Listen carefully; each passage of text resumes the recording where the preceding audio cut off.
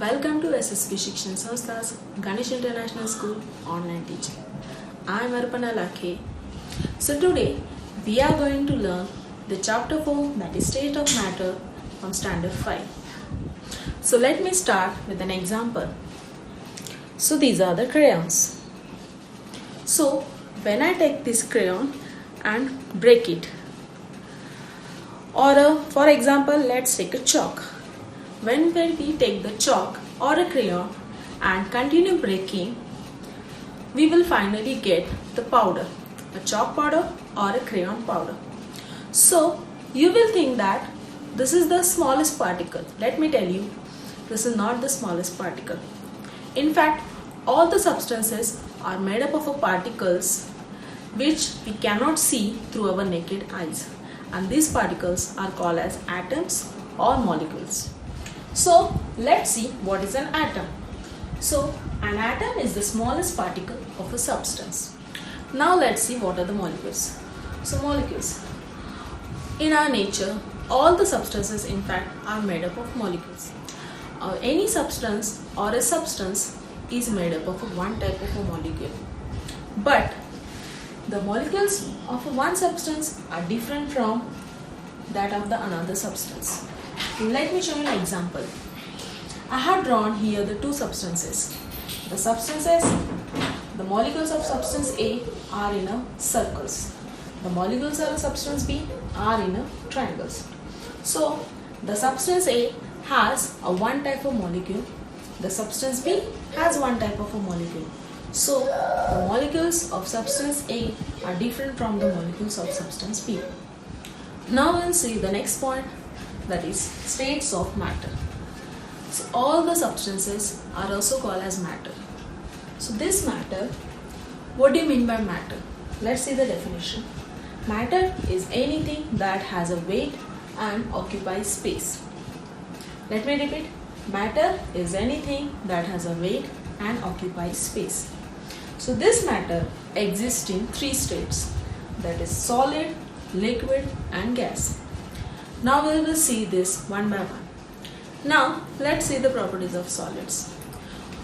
First property, the particles or the molecules in any solids are tightly packed in a fixed pattern so that the solids have a fixed shape. Second property, there is no space between the molecules. The molecules are tightly packed, so there is no space between the molecules, so they cannot move freely around. Third property, strong force of attraction. There is a strong force of attraction between all the molecules of a solid. So therefore the solids have definite shape, size and volume. Now let's see this diagram. I have shown you the molecules in a solid.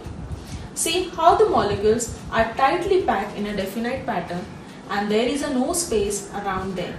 So there is a strong force of attraction. Now, so all these are the properties of solids. Now let's see an example of this ruler. Now this ruler we call is in a solid state. Why? Because it has a definite shape, size and volume. Now let's start with the properties of liquids. First property, the molecules in liquids are not arranged in a fixed pattern.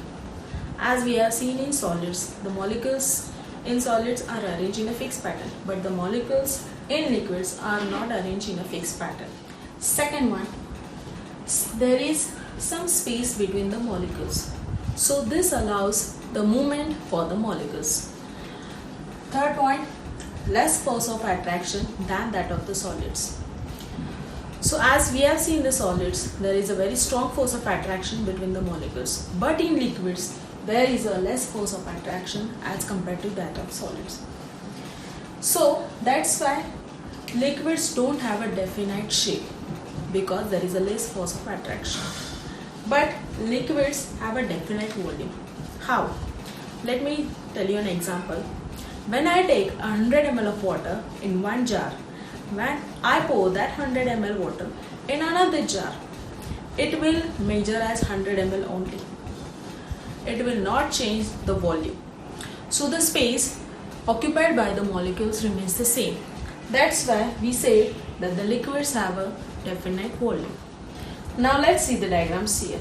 I have shown the arrangement of molecules in a liquid.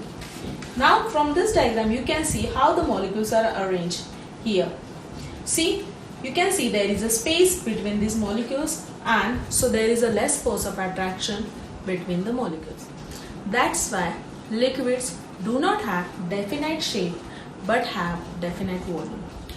Now we'll see the properties of gases. In gases, the molecules are very far apart from each other, so they can move freely all around. So there is a very less force of attraction between them. When you put any gas in a container, they occupy all the space around them. And the space between the molecules also keeps on changing. That's why the gases neither have a definite shape nor have a definite volume. Now let's see again this diagram of molecules in a gas. You can see the molecules are very far apart from each other, so there is a very less force of attraction between them.